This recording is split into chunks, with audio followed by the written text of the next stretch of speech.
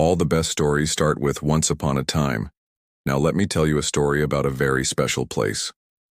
In the south of France, nestled between lavender fields and vineyards, there is a quiet little town called Caboofrio. Its cobblestone streets echo with the laughter of children, the scent of fresh bread and the murmur of a nearby river.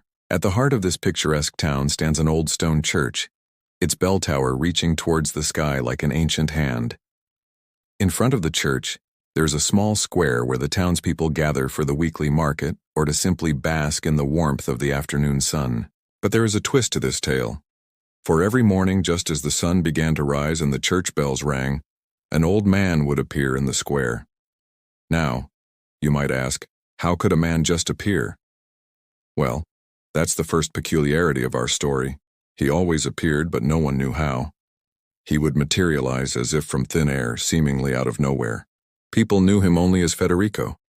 He was a mysterious old man who seemed to be part of the town's fabric, yet remained an enigma to all who knew him. Every morning, Federico would sit on an old stone bench by the church, his gnarled hands resting on a large sack beside him. He always wore torn clothes, and his long white beard flowed down his chest like a frozen waterfall. What truly captured the townspeople's attention was the strange, sweet-smelling smoke that curled from the wooden pipe he held between his lips. It was an enchanting sight, a wisp of mystery against the backdrop of a rising sun. Children were afraid of Federico. They whispered tales of his strange appearance and eerie silence. "He doesn't speak," they'd say, "and he doesn't seem to eat or drink. He's a ghost, a real live ghost." But not only children, even the adults couldn't understand him. He never spoke, not a single word. If someone approached him and asked a question, he would simply nod or tap his pipe as if giving an answer, but never a word. If someone offered him food or drink, he would smile and shake his head. He seemed content to sit on his bench, lost in the world of his pipe and the rising sun. They tried to figure him out. Some believed he was an escaped mental patient. Others thought he was a spy. A few even claimed he was a wizard.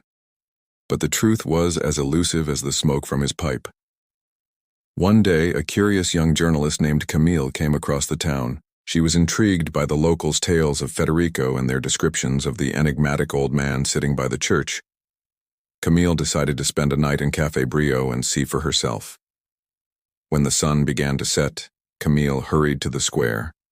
There he was, Federico, already seated on the bench, his pipe emitting those strange wisps of smoke. Camille watched, mesmerized. As the night deepened, so did the mystery. Federico didn't move, didn't speak, didn't even seem to breathe. It was as if he were part of the stone bench itself. Just when Camille was about to give up hope of seeing anything more than this, Federico suddenly stood up.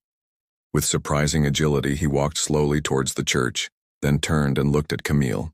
In that instant, something stirred in his eyes, a glimmer of life, a spark of recognition. Taking a deep breath, he walked back to his bench and sat down. Intrigued, Camille decided to return the next morning to observe him. As the sun rose, painting the sky in hues of pink and orange, there he was, Federico. He seemed to materialize out of the rising sun himself.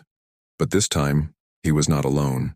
Beside him on the bench was a small wooden bird, intricately carved. It was then that Camille realized that the bird was not merely a carving, but a symbol, a memory. With a sudden jolt, she understood. Federico wasn't just an old man. He was a keeper of sorts, guarding the memories of those who had passed through Caffrier before. His silence was not a lack of speech, but a fullness of spirit. He was the embodiment of the town's history, its joys and its sorrows. As the days passed, Camille became a regular visitor to the square. She would sit quietly, watching Federico and the townspeople talking to him, sharing their stories, seeking his wisdom. Though he never spoke, she felt his presence like a warm hearth, a silent strength that bound them all together. And so the legend of Federico continued. He remained in Café Brio, a silent sentinel of memories, his pipe sending its sweet-scented smoke curling into the sky, a reminder that sometimes the most profound truths are spoken in silence. If you liked this story, please subscribe for more content.